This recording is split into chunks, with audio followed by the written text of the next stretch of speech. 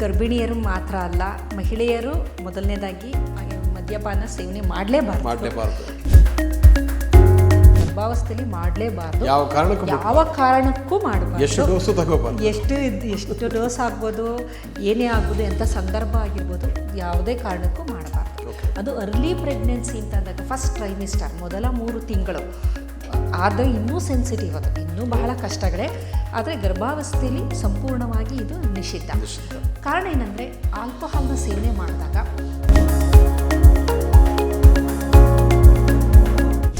ಇದನ್ನು ಬಹಳ ತಿಳ್ಕೊಬೇಕಂತ ಅನ್ಸುತ್ತೆ. ಆಲ್ಕೋಹಾಲ್ ಮಾಡಿದ್ರೆ ಮಗುವಿನ ಮೆದುಳಿಗೆ ಖಂಡಿತವಾಗಿ ಅದು ಡ್ಯಾಮೇಜ್ ಮಾಡುತ್ತೆ.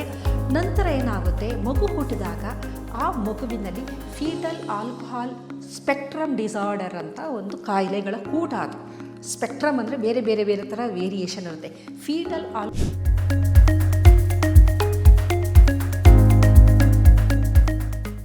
ಬೋಲ್ಡ್ನೆಸ್ ಇದೆ, ಬೇಕು, ಬೋಲ್ಡ್ನೆಸ್ ಬೇಡ ಅಂತಲ್ಲ, ಆರ್ಥಿಕ ಸಬಲತೆ ಬೇಕು, ಎಲ್ಲದೂ ಬೇಕು.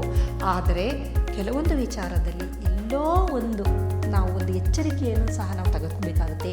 ಕಾರಣ ದೇಹ ಅನ್ನೋದು ಒಂದು ದೇಗುಲದ ಥರ, ಅದು ಒಂದು ಡಸ್ಟ್ಬಿನ್ ಅಲ್ಲ. ಎಲ್ಲದನ್ನು ತೆಗೆದು ನಾವು ಹಾಕೋದಕ್ಕೆ ನಾವು ಏನೇ ಸೇವನೆ ಮಾಡಬೇಕಾದ್ರೂ ಅದನ್ನು ಯೋಚನೆ ಮಾಡಿ ಅದನ್ನ ಸೇವನೆ ಮಾಡಬೇಕು. ಏನೇ ನೋಡಬೇಕಾದ್ರೂ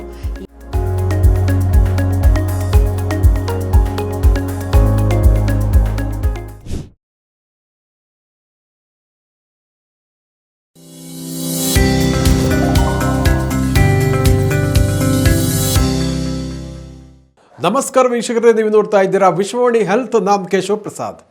ವೀಕ್ಷಕರೇ, ಗರ್ಭಿಣಿಯರು ಆಲ್ಕೋಹಾಲ್ ಸೇವನೆ ಮಾಡಿದರೆ ಯಾವ ರೀತಿಯ ಸಮಸ್ಯೆ ಆಗುತ್ತೆ ಅನ್ನೋದ್ರ ಬಗ್ಗೆ ಇವತ್ತಿನ ವಿಶೇಷ ಎಪಿಸೋಡಲ್ಲಿ ನಾವು ಸಾಕಷ್ಟು ಆರೋಗ್ಯಕ್ಕೆ ಪೂರಕವಾದಂಥ ವಿಚಾರಗಳು, ಈ ಸಮಸ್ಯೆಯಿಂದ ಏನಾಗುತ್ತೆ ಅನ್ನೋದ್ರ ಬಗ್ಗೆ ಮತ್ತು ಅದಕ್ಕೆ ಪರಿಹಾರ ಏನು ಅನ್ನೋದ್ರ ಬಗ್ಗೆ ಸಾಕಷ್ಟು ಉಪಯುಕ್ತವಾದ ಮಾಹಿತಿಯನ್ನು ತಿಳ್ಕೊಳ್ಳೋಣ. ಇದಕ್ಕಾಗಿ ನಮ್ಮ ಜೊತೆ ಇವತ್ತು ಮೈಸೂರು ವಿಶ್ವವಿದ್ಯಾನಿಲಯದ ಜೆನೆಟಿಕ್ ಮತ್ತು ಜೆನಮಿಕ್ಸ್ ವಿಭಾಗದ ಪ್ರೊಫೆಸರ್ ಸುತ್ತೂರು ಎಸ್ ಮಾಲಿನಿ ಅವರು ನಮ್ಮ ಜೊತೆ ಇದ್ದಾರೆ. ಬನ್ನಿ ಕಾರ್ಯಕ್ರಮಕ್ಕೆ ಅವರನ್ನು ಬರಮಾಡ್ಕೊಳ್ಳೋಣ. ನಮಸ್ಕಾರ ಮಾಲಿನಿ ಅವರೇ.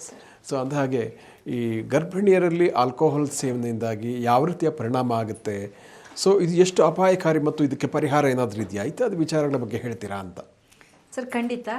ಮೊದಲನೇದಾಗಿ ಗರ್ಭಿಣಿಯರು ಮಾತ್ರ ಅಲ್ಲ, ಮಹಿಳೆಯರು ಮೊದಲನೇದಾಗಿ ಮದ್ಯಪಾನ ಸೇವನೆ ಮಾಡಲೇಬಾರ್ದು. ಏಕೆ ಅಂತಂದರೆ, ಪುರುಷರಿಗೆ ಹೋಲಿಸಿದ್ರೆ ಇವರ ದೇಹದ ಒಂದು ರಚನೆ ಏನಿದೆ, ಅದು ಮದ್ಯವನ್ನು ಅದು ಡಿಟಾಕ್ಸಿಫೈ ಮಾಡಿ, ಅಂದರೆ ನಿರ್ವಿಷಯುಕ್ತ ಮಾಡೋಷ್ಟು ಆ ಲೆವೆಲ್ ಕೆಪಾಸಿಟಿ ಮಹಿಳೆಯರಲ್ಲಿ ಇಲ್ಲ. ಬಿಕಾಸ್ ಆಫ್ ಬೇರೆ ಬೇರೆ ಕಾರಣ ಇದೆ, ಎಸ್ಟ್ರೋಜನ್ ಇರ್ಬೋದು, ಬೇರೆ ಬೇರೆ ತೊಂದರೆಯಿಂದಾಗಿ. ಹಾಗಾಗಿ ಮಹಿಳೆಯರೇ ಮೊದಲನೇದಾಗಿ ಮದ್ಯವನ್ನು ದೂರ ಇರಬೇಕು. ಅದರಲ್ಲೂ ಗರ್ಭಿಣಿ ಅಂತಂದಾಗ ಇದು ಡಬಲ್ ದ ರಿಸ್ಕ್ ಅಂತಲೇ ಹೇಳ್ಬಹುದು.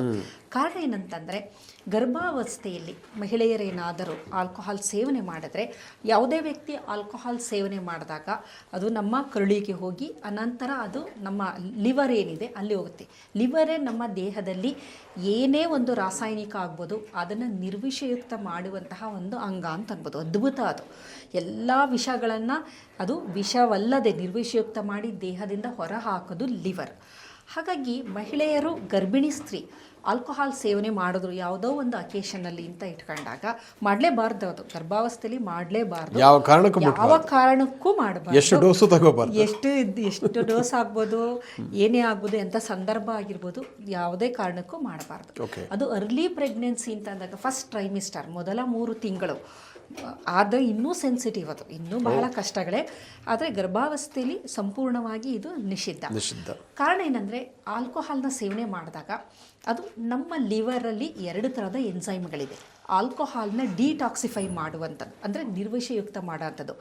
ಮೊದಲನೇದು ಆಲ್ಕೋಹಾಲ್ ಡಿಹೈಡ್ರಾಜಿನೇಸು, ಎರಡನೇದು ಆಲ್ಡಿಹೈಡ್ ಡಿಹೈಡ್ರಾಜಿನೇಸ್. ಆಲ್ಕೋಹಾಲ್ ಡಿಹೈಡ್ರಾಜಿನೇಸ್ ಎನ್ನುವ ಒಂದು ಎನ್ಸೈಮ್ ಅಥವಾ ಕಿಣ್ವ ಆಲ್ಕೋಹಾಲನ್ನು ಆಲ್ಡಿಹೈಡ್ ಮಾಡುತ್ತೆ, ಅಸಿಟಾಲ್ಡಿಹೈಡ್. ಅದು ಭಯಾನಕ ವಿಷ ಅಂತಲೇ ಅನ್ಬೋದು, ಅಸಿಟಾಲ್ಡಿಹೈಡ್.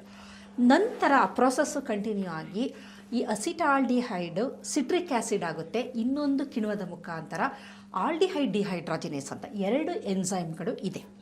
ಅವಾಗೇನಾಗುತ್ತೆ, ಆಕೆ ಸೇವಿಸಿದಂಥ ಏನು ಒಂದು ಮದ್ಯ ಇದೆ ಇದು ಕನ್ವರ್ಟ್ ಆಗುತ್ತೆ ಆಕೆಗೆ. ಆದರೆ ಆಕೆ ಇದನ್ನು ಸೇವಿಸಿದ ತಕ್ಷಣ ಏನಾಗುತ್ತೆ, ಯಾವುದೇ ಮದ್ಯವನ್ನು ಅದು ಪ್ಲಾಸೆಂಟಾ ಮುಖಾಂತರ ಅದು ಈ ಒಂದು ಬೆಳೆಯುತ್ತಿರುವ ಭ್ರೂಣವನ್ನು ಸೇರುತ್ತೆ.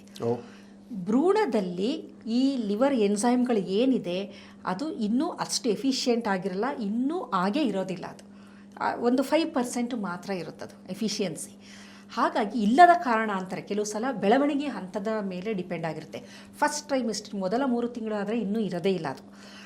ಎರಡನೆಯ 3 ತಿಂಗಳು ಸೆಕೆಂಡ್ ಟ್ರೈಮಿಸ್ಟರ್ ಅಂದರೆ ಸ್ವಲ್ಪ ಪ್ರಮಾಣದಲ್ಲಿ ಬೆಳವಣಿಗೆ ಆಗಿರ್ಬೋದು. ಥರ್ಡ್ ಟ್ರೈಮಿಸ್ಟರ್ ಅಂದರೆ ಒಂದು ಸ್ವಲ್ಪ ಹೆಚ್ಚಿರುತ್ತೆ. ಆದರೆ ತಾಯಿಯಷ್ಟು ಈ 2 ಕಿಣ್ವಗಳು ನಮ್ಮ ಲಿವರ್ನಲ್ಲಿ ಬೆಳೆಯುತ್ತಿರುವ ಭ್ರೂಣದ ಲಿವರ್ನಲ್ಲಿ ಬೆಳವಣಿಗೆ ಆಗದ ಕಾರಣ ಈ ಆಲ್ಕೋಹಾಲ್ ಏನಾಗುತ್ತೆ, ಆ ಭ್ರೂಣದ ರಕ್ತ ಪರಿಚಲನೆಯಲ್ಲಿ ಇರುತ್ತದೆ. ರಕ್ತದ ಮುಖಾಂತರ ಈ ಆಲ್ಕೋಹಾಲ್ನ ಬಹಳ ಪ್ರಮುಖವಾದ ಒಂದು ಅಂಶ ಏನು ಅಂತಂದರೆ, ಇದು ಬ್ಲಡ್ ಬ್ರೈನ್ ಬ್ಯಾರಿಯರ್ನ ಕ್ರಾಸ್ ಮಾಡುವಂಥ ಶಕ್ತಿಯನ್ನು ಹೊಂದಿದೆ. ಅಂದರೆ ಮೆದುಳಿನ ನರಕೋಶಗಳಿಗೆ ಪ್ರೊಟೆಕ್ಟ್ ಮಾಡುವಂಥ ಒಂದು ಲೇಯರ್ ಇರುತ್ತೆ. ಆ ಲೇಯರನ್ನು ದಾಟುವಂಥ ಶಕ್ತಿ ಆಲ್ಕೋಹಾಲ್ಗಿರೋದ್ರಿಂದ ಅದು ನರಕೋಶಕ್ಕೆ ತಲುಪಿಬಿಡುತ್ತೆ. ನರಕೋಶಕ್ಕೆ ಹೋದಾಗ ಅದು ಎಪಾಪ್ಟಾಸಿಸ್ ಅನ್ನುವ ಒಂದು ಕ್ರಿಯೆಯನ್ನು ಆ್ಯಕ್ಟಿವೇಟ್ ಮಾಡುತ್ತೆ. ಎಪಾಪ್ಟಾಸಿಸ್ ಅಂದರೆ ಆ ಜೀವಕೋಶ ನಾಶ ಆಗೋಂಥದ್ದು. ಎಲ್ಲೆಲ್ಲಿ ಆಲ್ಕೋಹಾಲ್ ಇದೆ ಅಲ್ಲಿಯ ಜೀವಕೋಶಗಳು ನಾಶ ಆಗುವಂತಹ ಪ್ರಕ್ರಿಯೆ ಇದು. ಹಾಗಾಗಿ ಏನಾಗುತ್ತೆ, ನರಕೋಶಗಳು ಬೆಳೀತಾ ಇರೋದು ಅದು ಬೆಳವಣಿಗೆನೇ ಆಗೋದಿಲ್ಲ, ಕುಂಠಿತತೆ. ಬೆಳವಣಿಗೆ ಆಗಿರೋ ಅಂಥದ್ದೂ ಸಾಯ್ತಾ ಬರುತ್ತೆ, ಬೆಳವಣಿಗೆ ಆಗದೇ ಇದ್ದ ಹಾಗೆ ತಡೆಯುತ್ತೆ. ಸಿನಾಪ್ಸಿಸ್ಗಳು ಆಗೋದಿಲ್ಲ, ಮೈಲಿನೇಷನ್ ಆಗೋದಿಲ್ಲ, ಆಮೇಲೆ ನ್ಯೂರಾನಲ್ ಮೈಗ್ರೇಷನ್ ಆಗೋದಿಲ್ಲ, ಆಮೇಲೆ ಕೆಲವೊಂದು ನಾನ್ ಕೋಡಿಂಗ್ mRNAಗಳಿರುತ್ತೆ ಅವುಗಳ ಕ್ರಿಯೆ ಸರಿಯಾಗಿ ಆಗೋದಿಲ್ಲ. ಈ ಥರ ನಾನಾ ರೀತಿಯ ತೊಂದರೆಗಳು, ಸಿನಾಪ್ಸಿಸ್ಗಳಾಗ್ಬೋದು, ಬೇರೆ ಬೇರೆ ಥರದ್ದು. ಅಂದರೆ ಆಲಿಗೋಡೆಂಡ್ರೋಸೈಟ್ಸ್ ಅನ್ನೋದು ಅದು ಬೆಳವಣಿಗೆ ಆಗಬೇಕು, ಅದು ಆಗೋದಿಲ್ಲ. ಈ ರೀತಿ ಯಾವುದೇ ರೀತಿ ಬೆಳವಣಿಗೆ ಆಗದಂಗೆ ಅದರ ಮೆದುಳಿನ ಬೆಳವಣಿಗೆಯನ್ನು ಸಂಪೂರ್ಣವಾಗಿ ಅದು ಕಂಟ್ರೋಲ್ ಮಾಡುತ್ತೆ, ಅಂದರೆ ಅದನ್ನು ಕುಗ್ಗಿಸ್ಬಿಡುತ್ತೆ. ಸೊ ಇದನ್ನು ಭಾಳ ತಿಳ್ಕೊಬೇಕಂತ ಅನ್ಸುತ್ತೆ. ಆಲ್ಕೋಹಾಲ್ ಮಾಡಿದ್ರೆ ಮಗುವಿನ ಮೆದುಳಿಗೆ ಖಂಡಿತವಾಗಿ ಅದು ಡ್ಯಾಮೇಜ್ ಮಾಡುತ್ತೆ. ನಂತರ ಏನಾಗುತ್ತೆ, ಮಗು ಹುಟ್ಟಿದಾಗ ಆ ಮಗುವಿನಲ್ಲಿ ಫೀಟಲ್ ಆಲ್ಕೋಹಾಲ್ ಸ್ಪೆಕ್ಟ್ರಮ್ ಡಿಸಾರ್ಡರ್ ಅಂತ ಒಂದು ಕಾಯಿಲೆಗಳ ಕೂಟ. ಅದು ಸ್ಪೆಕ್ಟ್ರಮ್ ಅಂದರೆ ಬೇರೆ ಬೇರೆ ಬೇರೆ ಥರ ವೇರಿಯೇಷನ್ ಇರುತ್ತೆ. ಫೀಟಲ್ ಆಲ್ಕೋಹಾಲ್ ಸಿಂಡ್ರೋಮ್ ಅಂತ ಕರಿತೀವಿ. ಹುಟ್ಟಿದ ಮಗುವಿಗೆ ಫೀಟಲ್ ಆಲ್ಕೋಹಾಲ್ ಸಿಂಡ್ರೋಮ್ ಉಂಟಾಗುತ್ತೆ. ಈ ಕಾಯಿಲೆ ಏನು ಅಂತಂದರೆ ಅಬ್ನಾರ್ಮಲ್ ಫೀಚರ್, ಫೇಶಿಯಲ್ ಫೀಚರ್. ಮಗುವಿನ ಮುಖ ಇದೆಯಲ್ಲ ಅದು ಆ ಒಂದು ಆರೋಗ್ಯವಂತ ಮಗುವಿಗೆ ಹೋಲಿಸಿದ್ರೆ ಅಬ್ನಾರ್ಮಲ್ ಆಗಿರುತ್ತೆ. ಮುಖದ ಫೇಶಿಯಲ್ ಫೀಚರು, ಕಿವಿ ಆಗಿರ್ಬೋದು, ಕಣ್ಣಾಗಿರ್ಬೋದು, ಮೂಗಾಗಿರ್ಬೋದು, ಅದರ ಮೇಲ್ದುಟಿ ತುಂಬ ತೆಳು ಇರುತ್ತೆ. ಇದರ ಜೊತೆ ಫೇಶಿಯಲ್ ಫೀಚರ್ ಅಂದರೆ ಇದನ್ನು ನಾವು ಆಂಥ್ರೋಪೋಮೆಟ್ರಿಕ್ ಮೆಷರ್ಮೆಂಟ್ ಅಂತ ಕರಿತೀವಿ. ಒಂದು ಆರೋಗ್ಯವಂತ ಶಿಶುವಿನಲ್ಲಿ ಇಷ್ಟು ನಮಗೆ ಒಂದು ರೇಂಜಲ್ಲಿ ಈ ಥರದ ನಮ್ಮ ಮುಖದ ಚೆಹರೆ ಇರಬೇಕು ಅಂತ. ಅದೇ ಈ ಅಬ್ನಾರ್ಮಲ್ ಮಕ್ಕಳುಗಳು, ಬುದ್ಧಿಮಾಂದ್ಯ ಮಕ್ಕಳುಗಳು, ಕೆಲವೊಂದು ಜೆನೆಟಿಕ್ ಡಿಸಾರ್ಡರ್ಸ್ ಮಕ್ಕಳಲ್ಲಿ ಮುಖದಲ್ಲೇ ನಮಗೆ ಬದಲಾವಣೆಗಳನ್ನು ನಾವು ನೋಡ್ಬೋದು. ಕಿವಿಯ ಒಂದು ಪೊಸಿಷನ್ನು ಕೆಳಗಡೆ ಇರುತ್ತೆ, ಕಣ್ಣುಗಳು ಸ್ವಲ್ಪ ದೂರ ಇರುತ್ತೆ ಸೆಂಟ್ರಲ್ ಆ್ಯಕ್ಸಿಸಿಂದ. ಆಮೇಲೆ ಮೂಗಿಗೂ ಅಪ್ಪರ್ ಲಿಪ್ ಮೇಲ್ದುಟಿಗೂ ಡಿಸ್ಟೆನ್ಸ್ ಜಾಸ್ತಿ ಇರುತ್ತೆ, ಕೆಳದುಟಿಗೂ ನಮ್ಮ ಗದ್ದಕ್ಕೂ ಡಿಸ್ಟೆನ್ಸ್ ಜಾಸ್ತಿ ಇರುತ್ತೆ. ಹಣೆ ಇದು ನಮ್ಮ ಫೋರ್ ಹೆಡ್ ಅಂತ ಅಂತೀವಲ್ಲ ಅದು ತುಂಬ ಎತ್ತರವಾಗಿರುತ್ತೆ. ಇದೆಲ್ಲ ನಮಗೆ ತೋರಿಸುತ್ತೆ ಇದಕ್ಕೆ ಏನೋ ತೊಂದರೆ ಇದೆ ಅಂತ. ಈ ಒಂದು ಫೀಟಲ್ ಆಲ್ಕೋಹಾಲ್ ಸಿಂಡ್ರೋಮಲ್ಲಿ ಒಂದು ಸೆಟ್ ಆಫ್ ಫೀಚರ್ಸ್ನ ನಾವು ನೋಡ್ಬೋದು. ಆ ಮಗುವನ್ನ ನೋಡಿದ ತಕ್ಷಣ ನಮಗೆ ಗೊತ್ತಾಗುತ್ತೆ, ವೈದ್ಯರಿಗೆ ಗೊತ್ತಾಗೋಗುತ್ತೆ ಈ ಮಗುವಿಗೆ ಫೀಟಲ್ ಆಲ್ಕೋಹಾಲ್ ಸಿಂಡ್ರೋಮ್ ಬಂದಿದೆ. ಇದಕ್ಕೆ ಕಾರಣ ಆಕೆಯ ತಾಯಿಯ ಒಂದು ಮದ್ಯಪಾನ ಮಾಡುವ ಒಂದು ಅಭ್ಯಾಸ ಅಂತ ಗೊತ್ತಾಗುತ್ತೆ. ಇದರಲ್ಲಿ ಅವ್ರು ಎಷ್ಟು ತಗೊಂತಾರೆ ಅನ್ನೋದ್ರ ಮೇಲೆ ಆ ಒಂದು ಫೀಚರ್ಸ್ ಇರುತ್ತಲ್ಲ, ಬುದ್ಧಿಮಾಂದ್ಯತೆ, ಮುಖದಲ್ಲಿ ಬದಲಾವಣೆಗಳು, ಬೆಳವಣಿಗೆಯಲ್ಲಿ ಕುಂಠಿತತೆ, ಇದೆಲ್ಲ ಡಿಸೈಡ್ ಆಗೋದು ಎಷ್ಟು ತಗೊಂತಾರೆ ಅಂತ.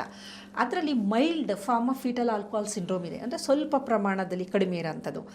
ಮಾಡರೇಟ್ ಅನ್ನೋದು ಇದೆ. ಆಮೇಲೆ ತುಂಬ severe form of fetal alcohol syndrome. Severe ಅಂತಂದರೆ ಮಗುಗೆ ತುಂಬ ಅಬ್ನಾರ್ಮಲಿಟಿಗಳು ಜಾಸ್ತಿ ಇರುತ್ತೆ.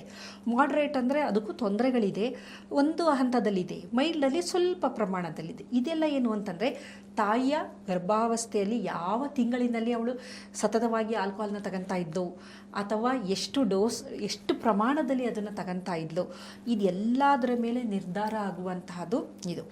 ಇದರ ಜೊತೆಗೆ ಫೀಟಲ್ ಆಲ್ಕೋಹಾಲ್ ಸಿಂಡ್ರೋಮ್ ಜೊತೆಗೆ ಇನ್ನೂ ಬೇರೆ ಬೇರೆ ಥರದ ತೊಂದರೆಗಳು, ಮೆದುಳಿಗೆ ಸಂಬಂಧಿಸಿದಂತಹದ್ದು, ಹೃದಯಕ್ಕೆ ಸಂಬಂಧಿಸಿದಂತಹದ್ದು, ಆಮೇಲೆ ಲಿವರ್ಗೆ ಸಂಬಂಧಿಸಿದಂತಹದ್ದು, ಮತ್ತು ಓವರಾಲ್ ದೇಹಕ್ಕೆ ಎಲ್ಲ ವಿವಿಧ ಅಂಗಾಂಗಗಳಿಗೆ ಸಂಬಂಧಿಸಿದಂತಹ ನಾನಾ ರೀತಿಯ ತೊಂದರೆಗಳನ್ನು ನಾವು ನೋಡ್ತೀವಿ. ಸೊ ಕೇವಲ ಮೆದುಳಿಗೆ ಮಾತ್ರ ಅಲ್ಲ, ಇತರ ಅಂಗಗಳಿಗೆ ಕೂಡ ಹಾನಿ ಆಗುತ್ತೆ. ಮೇನು ತುಂಬ ನಿಮಗೆ ತೊಂದರೆ ಕೊಡೋದು ಮೆದುಳಿಗೆ ತೊಂದರೆ ಆದರೆ ದೇಹದ ಎಲ್ಲ ಭಾಗಗಳಿಗೂ ತೊಂದರೆ ಆದ ಹಾಗೇನೆ ಲೆಕ್ಕ. ಹಾಗಾಗಿ ಫೀಟಲ್ ಆಲ್ಕೋಹಾಲ್ ಸಿಂಡ್ರೋಮು ಪಾಶ್ಚಿಮಾತ್ಯ ದೇಶಗಳಲ್ಲಿ ಜಾಸ್ತಿ ಇದೆ. ಅದು ಓಕೆ. ಇದೆ, ತುಂಬ ಇದೆ. ಆ ಮಗು ಹುಟ್ಟಿದಾಗ ಆ ಮಗು ಫಿಟಲ್ ಆಲ್ಕೋಹಾಲ್ ಸಿಂಡ್ರೋಮಿಂದ ಹುಟ್ಟಿದೆ ಅಂತ ವೈದ್ಯರು ಹೇಳ್ತಾರೆ. ಕಾರಣ ತಾಯಿಯ ಒಂದು ಈ ಮದ್ಯಪಾನದ ಅಭ್ಯಾಸ. ಹಾಗಾಗಿ ವೈದ್ಯರ ಒಂದು ಸಲಹೆ ಸೂಚನೆ ಏನು ಅಂತಂದರೆ, ಗರ್ಭಿಣಿ ಆಗಬೇಕು ಅಂತ ಬಯಸುವ ಹೆಣ್ಣು ಮಕ್ಕಳು ಯಾವುದೇ ಕಾರಣಕ್ಕೂ ಮೊದಲು ಒಂದು ವರ್ಷಕ್ಕೆ ಮೊದಲಿಂದನೇ ಪ್ರಿಪ್ರೇಷನ್ ಆಗಬೇಕಿದು. ಮಗುವನ್ನು ಒಂದು ಪಡೆಯುವ ಪ್ರಕ್ರಿಯೆ ಇದೆಯಲ್ಲ, ಅದು ಬೇರೆ ಬೇರೆ ಎಲ್ಲದಕ್ಕೂ ಎಷ್ಟು ತಯಾರಿ ಮಾಡ್ಕೊತಾರೆ, ಇದಕ್ಕೂ ತಯಾರಿ ಆಗಬೇಕು. ಮದುವೆಗೇ ತಯಾರಿ ಮಾಡ್ಕೊಂತಾರೆ. ಎಷ್ಟೊಂದು ತಯಾರಿಗಳು ವರ್ಷಾನುಕಾಲ ತಿಂಗಳಾನುಕಾಲ ನಡೀತಾ ಬರುತ್ತೆ. ಮಗುವನ್ನು ಪಡೆಯುವ ಪ್ರಕ್ರಿಯೆಯ ತಯಾರಿನೂ ಸಹ ಬಹಳ ಮೊದಲೇ ಮಾಡ್ತಾ ಬರಬೇಕು. ಆಕೆ ಮುಂದಿನ ವರ್ಷ ನನಗೆ ಮಗು ಬೇಕು ಅಂದರೆ 1 ವರ್ಷಕ್ಕೆ ಮೊದಲೇ ಆಲ್ಕೋಹಾಲ್ ಸೇವನೆಯ ಅಭ್ಯಾಸವನ್ನು ನಿಲ್ಲಿಸಬೇಕು. ಯಾವುದೇ ಕಾರಣಕ್ಕೂ ಕನ್ಸೀವ್ ಆಗಬೇಕಾದ್ರೆ ಮತ್ತು ಆ ಒಂದು ಗರ್ಭಾವಸ್ಥೆಯಲ್ಲಿ ಯಾವುದೇ ಕಾರಣಕ್ಕೂ ಆಲ್ಕೋಹಾಲ್ನ 1 ಹನಿ ಆಲ್ಕೋಹಾಲನ್ನು ಆಕೆ ಸೇವನೆ ಮಾಡಬಾರ್ದು. ಏನಕ್ಕೆ ಅಂದರೆ ಒಂದು ಸ್ವಲ್ಪ ಅಂತ ಶುರುವಾಗುತ್ತದೋ ಹಾಗೆ ಅದು ಜಾಸ್ತಿ ಆಗ್ತಾ ಹೋಗುತ್ತೆ. ಅದು ಆಗಬಾರ್ದು ಅಂತಂದರೆ ಆಲ್ಕೋಹಾಲ್ ಸೇವನೆ ಸಂಪೂರ್ಣವಾಗಿ ವರ್ಜ್ಯ ಮಾಡಿದಾಗ ಮಾತ್ರ ಆರೋಗ್ಯವಂತ ಮಗು ಹುಟ್ಟುತ್ತೆ. ಹಾಗಾಗಿ ಆಲ್ಕೋಹಾಲ್ ಸೇವನೆ ಬರೀ ಮಹಿಳೆಯರಿಗೆ ಮಾತ್ರ ಅಲ್ಲ, ಗರ್ಭಿಣಿ ಸ್ತ್ರೀಯರಿಗೂ ಅತ್ಯಂತ ಮಾರಣಾಂತಿಕ, ಅಂದರೆ ಜೀವ ಹೋಗೋದಿಲ್ಲ, ಆದರೆ ಮುಂದಿನ ದಿನದಲ್ಲಿ ನಾನಾ ರೀತಿಯ ತೊಂದರೆಗಳನ್ನು ಮಗು ಅನುಭವಿಸ್ಬೇಕಾಗುತ್ತೆ. ಮಗುವಿನ ಭವಿಷ್ಯಕ್ಕೂ ಬಹಳ ಸಮಸ್ಯೆ ಆಗ್ಬೋದು. ಖಂಡಿತ ಸಮಸ್ಯೆನೇ ಅದು.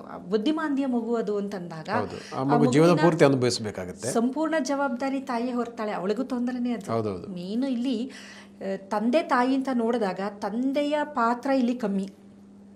ತಂದೆ ಒಂದು ಆಲ್ಕೋಹಾಲ್ ಸೇವನೆ ಮಾಡೋಂಥವ್ರಾಗಿದ್ದರೆ ಆ ಒಂದು ಕನ್ಸೀವಿಂಗ್ ಟೈಮಲ್ಲಿ ಮಗುವನ್ನು ಪಡೆಯುವ ಸಂದರ್ಭದಲ್ಲಿ ಅದನ್ನು ಬಿಟ್ಬಿಟ್ರೆ ಸಾಕು. ಆ ಸಂದರ್ಭದಲ್ಲಿ ಒಳ್ಳೆಯ ವೀರ್ಯಾಣುಗಳು ಉತ್ಪಾದನೆ ಆಗುತ್ತೆ. ಏಕೆಂದರೆ ಪ್ರತಿ ತಿಂಗಳು ಒಂದು 10 ದಿನಕ್ಕೊಮ್ಮೆ ವೀರ್ಯಾಣುಗಳ ಬಿಡುಗಡೆ ಆಗ್ತಾ ಇರೋದ್ರಿಂದ ಆ ಒಂದು ಒಳ್ಳೆಯ ವೀರ್ಯಾಣುಗಳು ಒಂದು ಶಿಸ್ತುಬದ್ಧವಾಗಿದ್ದು ಒಳ್ಳೆಯ ಆಹಾರ ಸೇವನೆ ಮಾಡ್ಕೊಂಡು ಕೆಲವೊಂದು ಚಟಗಳನ್ನು ಹವ್ಯಾಸಗಳನ್ನು ತ್ಯಜಿಸಿದ್ರೆ ಖಂಡಿತವಾಗ್ಲೂ ಒಳ್ಳೆಯ ವೀರ್ಯಾಣುಗಳ ಬಿಡುಗಡೆ ಆಗುತ್ತೆ. ಆದರೆ ತಾಯಿದ ಹಾಗಲ್ಲ. ತಾಯಿದು ಅದಕ್ಕೆ ಆ ಸಂದರ್ಭದಲ್ಲಿ ಆದ ನಂತರ ಗರ್ಭಾವಸ್ಥೆಯ ಸಂಪೂರ್ಣ ಅವಧಿ, ಅದರ ಜೊತೆಗೆ ಫೀಡಿಂಗ್ ಆಗಬೇಕಾದ್ರೂ, ಏಕೆಂತಂದರೆ ಆ ಹಾಲಿನಲ್ಲಿ ಆ ಒಂದು ಪ್ರಮಾಣದಲ್ಲಿ ಅದು ಮಗುವಿಗೆ ಹೋಗಬಹುದು. ಹಾಗಾಗಿ ಬಹಳಷ್ಟು ವರ್ಷಗಳ ಕಾಲ, ಒಂದು 2-3 ವರ್ಷಗಳ ಕಾಲ ಅಭ್ಯಾಸ ಇದ್ದವರು ಸಹ ಅದನ್ನು ಬಿಟ್ಟು ಮಾಡಬೇಕಾಗುತ್ತೆ. ವೆಸ್ಟರ್ನ್ ಪಾಪ್ಯುಲೇಷನಲ್ಲಿ ಜಾಸ್ತಿ ಇದೆ ಇದು, ಆದರೆ ನಮ್ಮ ಭಾರತದಲ್ಲಿ ಇದನ್ನು ನಾವು ಕೇಳೇ ಇಲ್ಲ. ಆದರೆ ಮುಂದಿನ ದಿನದಲ್ಲಿ ಕೇಳುವ ಸಾಧ್ಯತೆ ಇದೆ.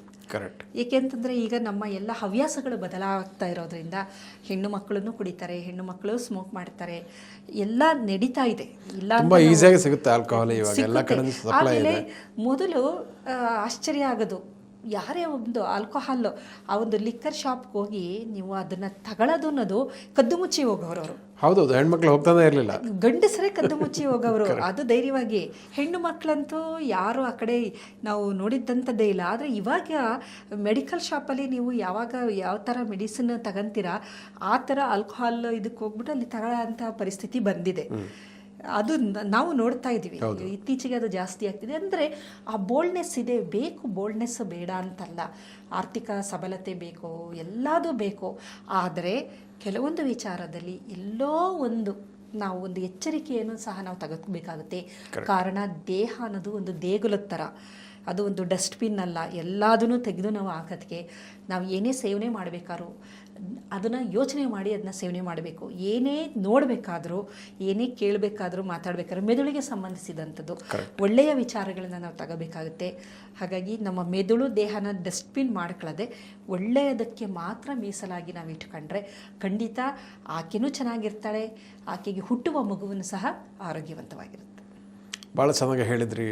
ದೇಹನ ಡಸ್ಟ್ಬಿನ್ ಮಾಡಬೇಡಿ ಅನ್ನುವಂಥದ್ದು ಖಂಡಿತವಾಗಿ ಕೂಡ ಮುಖ್ಯವಾಗಿ ಗರ್ಭಿಣಿಯರನ್ನು ತಿಳ್ಕೊಳ್ಳೇಬೇಕಾಗತ್ತೆ. ಒಂದು ಹನಿ ಸೇವನೆ ಮಾಡಿದರೂ ಕೂಡ ಯಾವ ರೀತಿ ತೊಂದರೆ ಆಗುತ್ತೆ ಮಗುವಿನ ಮೇಲೆ ಅನ್ನುವಂಥದ್ದನ್ನು. ಹಾಗಾಗಿ ಎಲ್ಲರೂ ಕೂಡ ಇದನ್ನು ಆದಷ್ಟು ಅವಾಯ್ಡ್ ಮಾಡುವಂಥದ್ದು ಬಹಳ ಉತ್ತಮ ಅಂತಲೇ ಹೇಳ್ಬೋದು. ಇಷ್ಟು ಹೊತ್ತು ನಮ್ಮ ವೀಕ್ಷಕರಿಗೆ ಮುಖ್ಯವಾಗಿ ಗರ್ಭಿಣಿಯರು ಯಾಕೆ ಇದನ್ನು ದೂರ ಇಡಬೇಕು ಅನ್ನೋದ್ರ ಬಗ್ಗೆ ಆಲ್ಕೋಹಾಲ್ ಸೇವನೆಯನ್ನು ಸಾಕಷ್ಟು ವಿಚಾರಗಳನ್ನು ತಿಳಿಸಿಕೊಟ್ಟಿದ್ದೀರಿ. ಅದಕ್ಕಾಗಿ ಧನ್ಯವಾದಗಳು.